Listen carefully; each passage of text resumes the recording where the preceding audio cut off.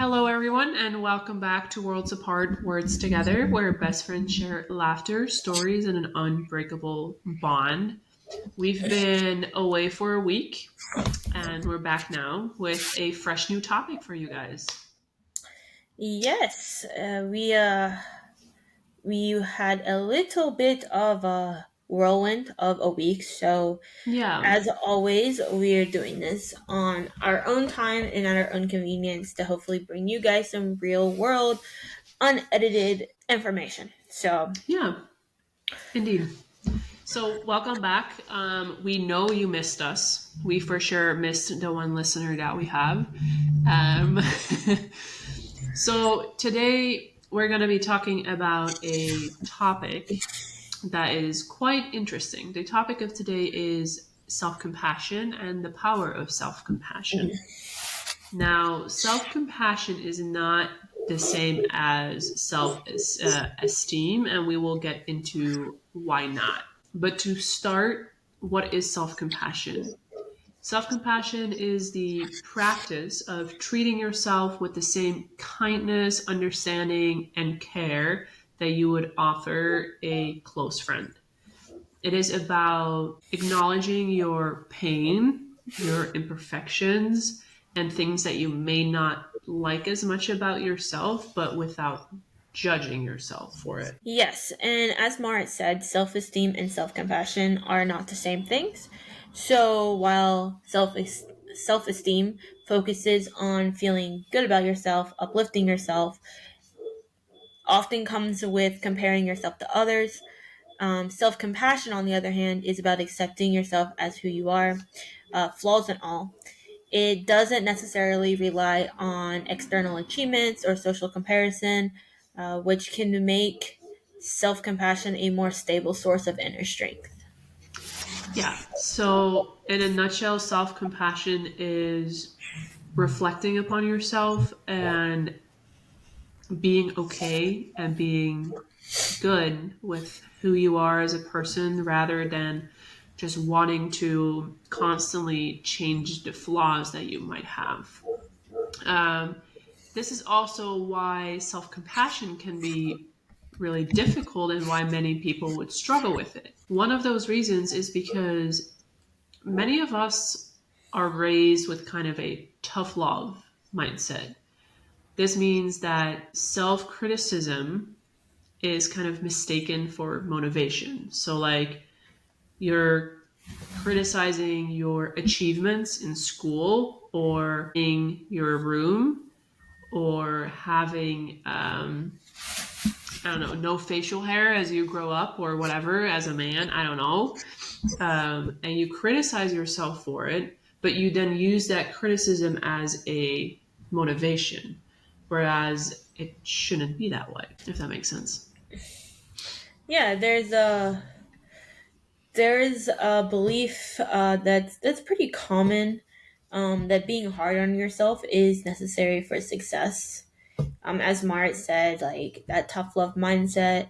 There is something to striving to be better. Um, if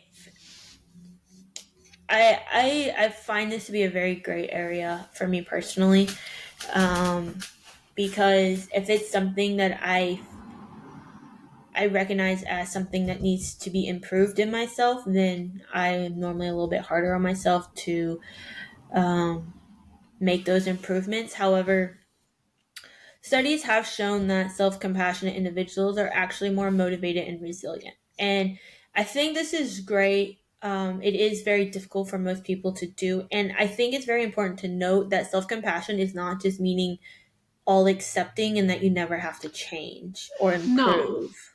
And no, I like think what that's you where it kind said. of, sorry, I think that's just kind of where it gets taken out of context, at least from Yeah, what I've seen.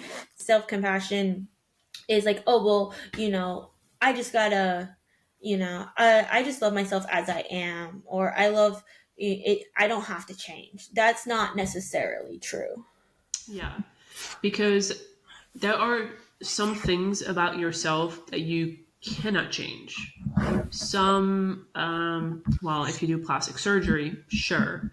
But there are some things about bodies that might not be able to be changed. I used to feel very self conscious because my ears were kind of like outward. But that isn't something I can do. But accepting that and accepting that as a part of who I am, that is self compassion. And a lot Now, of it is like also like autoimmune diseases or chronic hereditary yeah, diseases that you don't really have control over. Things like yeah, that, you gotta be accepting and work forward, and build your future based on self compassion of accepting that these things cannot really be changed. yeah. Now, another example where self compassion can be taken out of context is, let's say I want to become more flexible, or I have, I do those stretches and I notice that I'm not very stretchy.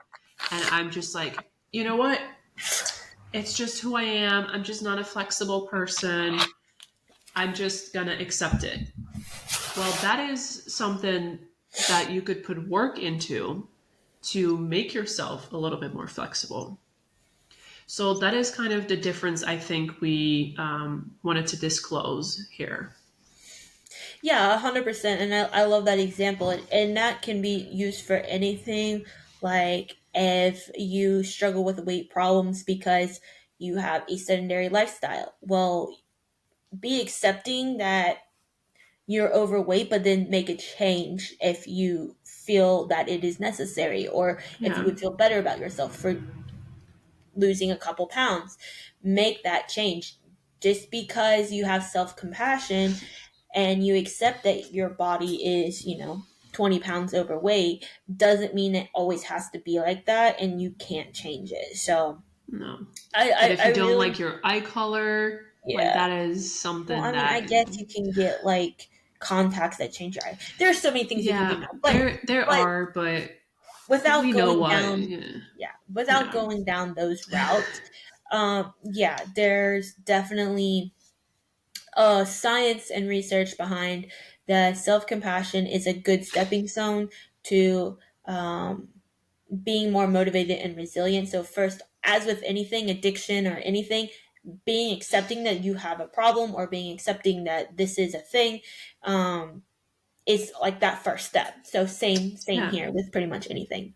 So, research shows that self compassion triggers the parasympathetic nervous system, which helps reduce cortisol levels and other fight and flight uh, hormone levels, and also helps calm the body.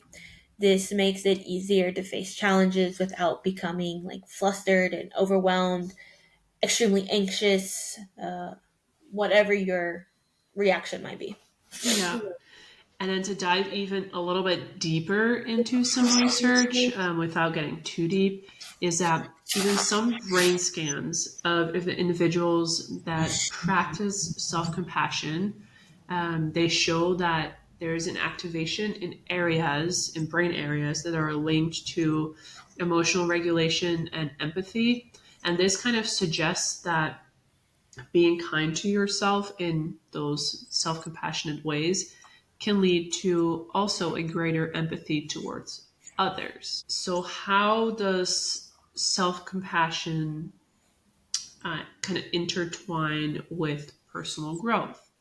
When we treat failures or setbacks in our life with kindness to ourselves rather than self criticism, and of course, in some ways, like it is good to kind of evaluate and maybe criticize a little bit, but also be kind to yourself. I We do are like that then, word. Sorry to interrupt. I do like how you yeah, said that because I think that whole definition should be like changed. Instead of I think treating so. failures with self-criticism, you treat failures as self-evaluations, because Yeah, in any failure there's good and bad parts, even though the whole thing failed. But you can take good things from failures and then you can evaluate and see what you need to yeah. change to improve. Yeah, because I think the word criticism is so harsh because, that's the whole part of self compassion that we don't really want to flourish with this. Because, criticizing yourself leaves this negative image of yourself, whereas evaluating your actions and your failures, or maybe something that didn't go the way you wanted it to, um, creates opportunity for you to grow and have an optimistic mindset. And because of this, we are more likely to then learn from those experiences rather than getting kind of like stuck in this cycle where you're doubting yourself or you feel shame.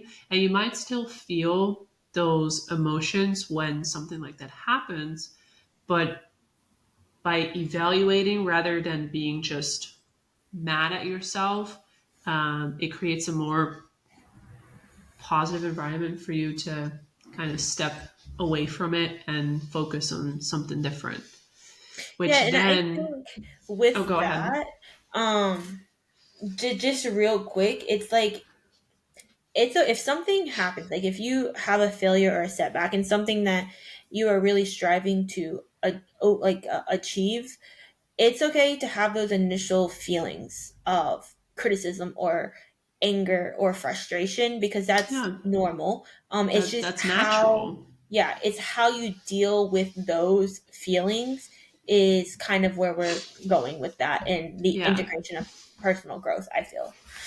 yeah, I think so. Um, and I do think that having a mindset like that on a situation that might have not been as you wanted to could create more of a safe, internalized environment where, trying new things where you might fail feels less risky because you don't see this failure um, as a negative thing, but you see it as an opportunity to grow. And I think, people who wanted to acquire new skills, like for one of my clients, I started crocheting because I noticed that is the way to get her to kind of initiate contact and just a whole complicated. Interesting. So I started crocheting, but I'm horrible because I am not creative. I am not handy at all. But, by doing it, I fail and I learn, and then I see, like, oh, I'm actually getting a little bit better.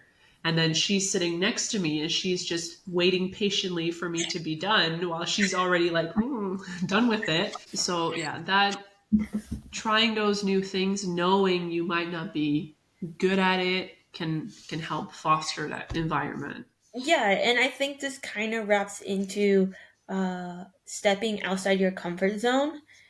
Because if you're self compassionate and you are not going in with the attitude of like, oh, I'm gonna fail, or Yeah. this is not gonna work. It's if you are internally built and in self compassion, and you recognize through evaluation that this is a risk, but it's a the risk outweighs the cons. If you want to put it in like a risk assessment way, Yeah. the risk the risk is not going to hurt you as bad emotionally, mentally, physically, whatever, because you understand that this is a risk for growth and that you may not get it on the first time. Yeah. I agree with you. We talked a little bit about self esteem and how it's not the same as self compassion. Now, we're going to be talking about the difference between self compassion and toxic positivity. And I think I like that term. Self compassion, Mhm. as you may have figured out a little bit from this podcast, is about acknowledging difficult emotions like sadness, frustration, or anger while offering yourself support and kindness during those times. While toxic positivity is kind of the pressure to appear happy or positive no matter what. It kind of forces you out of these natural human emotions, and this can then lead to emotional suppression, which is not what we want. Yeah, I think toxic positivity, whether conscious or unconscious, I think has really taken over like current society, at least Western world. I see Yes. it more and more, and it's almost like you show up to work or to school or whatever, and there is a noticeable difference in your emotions of being down, being overwhelmed, being tired, frustrated, whatever it might be. If you're not your happy go lucky self, people look at you like, what's wrong with you? Like, Yeah. Like like, just act happy, like just like, whatever. this should not be in our workplace. And I'm not saying every day. If someone's like that every day, then there is such thing as toxicity in general. But Yeah. it's okay, and it's gonna sound so cliche, but it's okay to feel your feelings and Yes. process them. Um, It baffles me that we have to tell people that it's okay to feel basic human emotions. like if you're frustrated, it's okay to feel frustrated. Channel it in the correct way, Yeah. reevaluate, and then you can react. I don't understand these scenarios of people who think that acting on impulse or vice versa, not acting at all, is appropriate. Yeah. And to really put it into a simple example of what we try to say with this is instead of telling yourself, I shouldn't feel this way, when you phrase it into a self compassionate way, it might sound something similar to like, it's okay that I'm feeling this way. It's a tough situation and I'm doing my best. That is acknowledging how you're feeling in that moment without discrediting what you're feeling or telling yourself that you shouldn't be feeling it. Because why shouldn't you be feeling it? If it's a tough situation and you feel frustrated, let yourself feel frustrated for a little bit. Exactly. Yeah, hands down. I just, I have no words because processing my emotions of how this does not occur on a daily. I think so many things Yeah. can be fixed by just people And I mean, it's, understanding. you got to practice it, which is something that we'll go into shortly also to give you some exercises on how to practice this. But honestly, being able to kind of embrace these more negative emotions is needed for growth. 100%. Because if you accept and you process these negative emotions, or just emotions in general, you develop emotional intelligence and also resilience. So that means that next time you are in this tough situation, you might handle it a lot differently. Whereas if you deny them or ignore your struggles or your negative feelings, it can only prolong the suffering.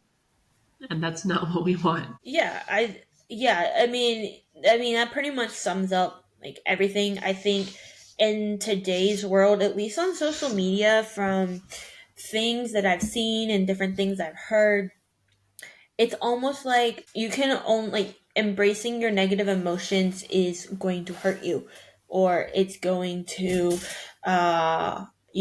it's going to hurt you mentally, or it's gonna destroy your mental health, or like I've seen a lot of crazy things out there. Yeah. But at the end of the day, understanding negative emotion, processing negative emotion is needed, because how else are you going to be exposed to that and deal with it, process it, evaluate it, and move on? How are you going to grow from that situation as a person if you just throw it by the wayside and put on a happy face and bebop around? Because Yeah. that's what we're pretty much told to do right now. Yeah. And we understand that it might be difficult.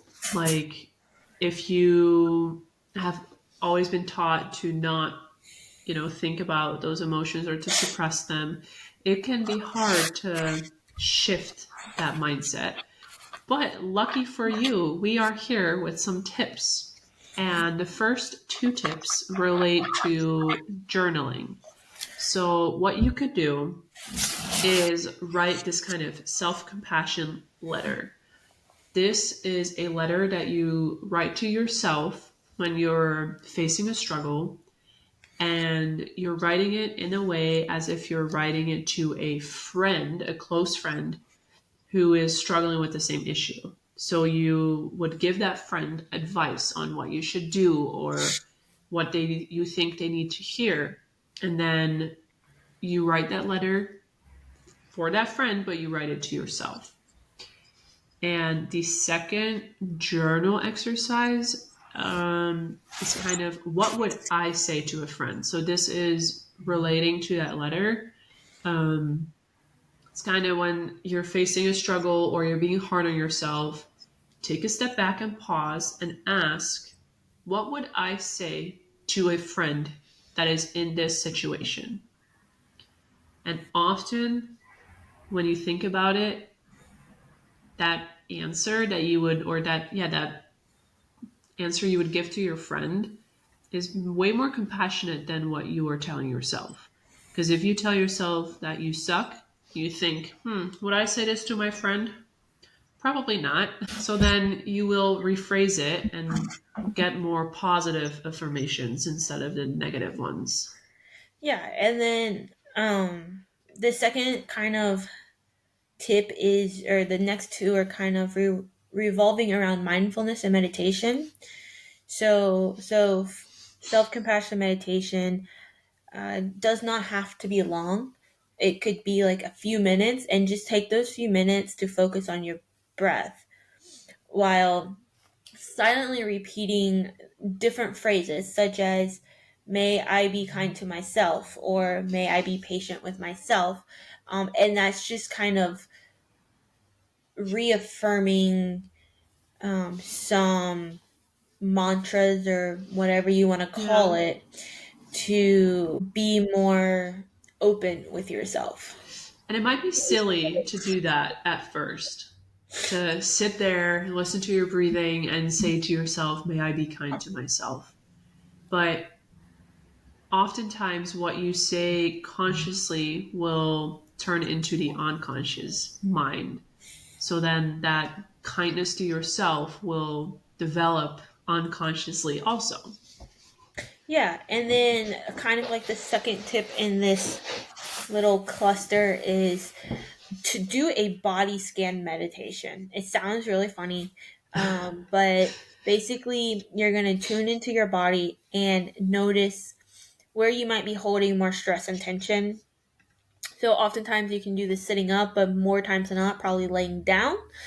Um, and you just want to identify areas of discomfort and gently offer them compassion and understanding.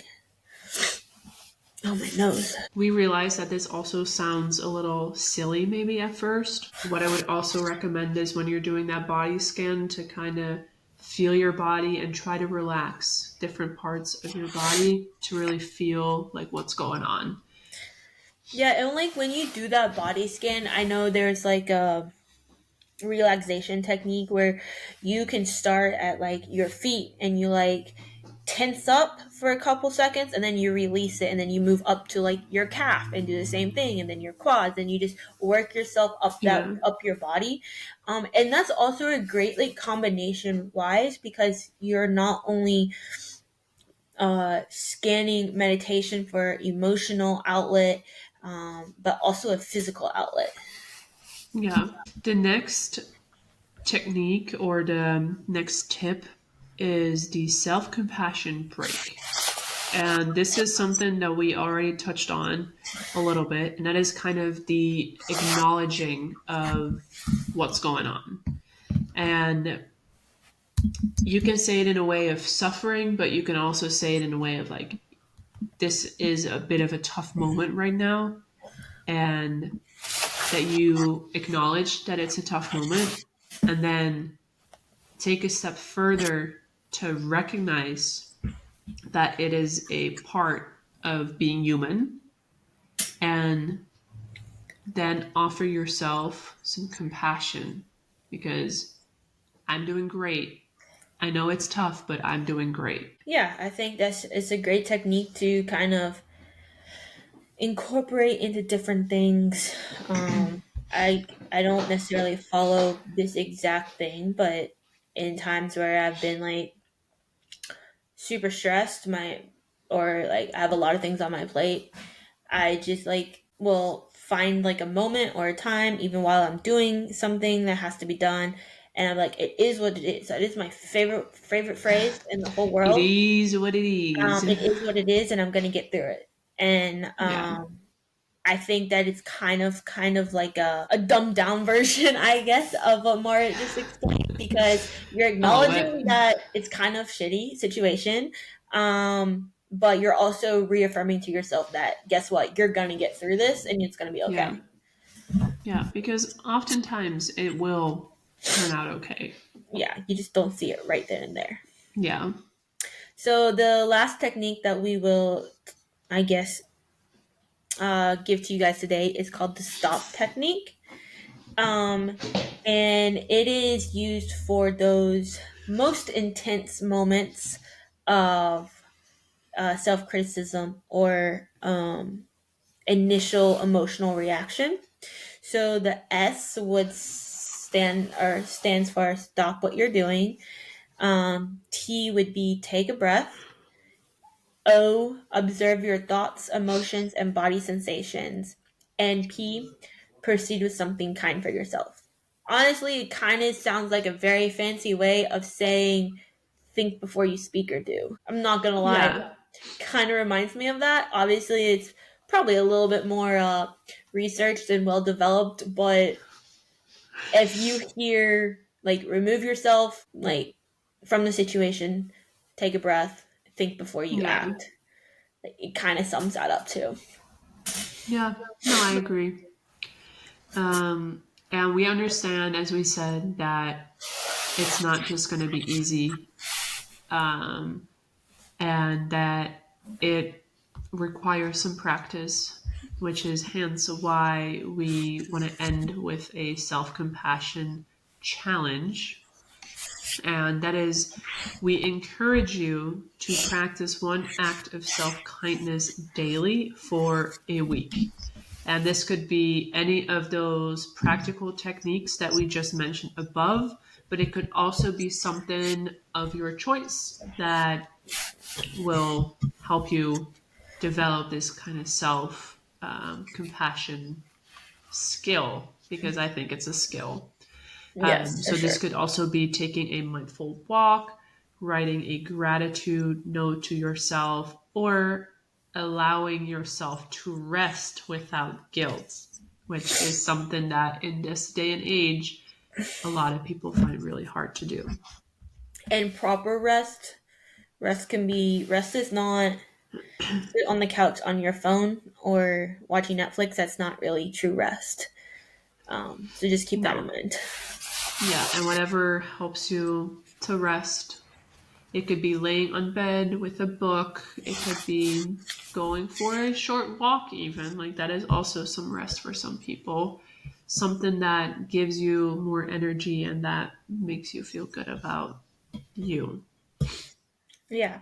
So with that, we're gonna wrap up today's episode. So thank you for joining us as we offer a glimpse into the world of true friendship, where even though worlds may seem apart, the connection remains strong.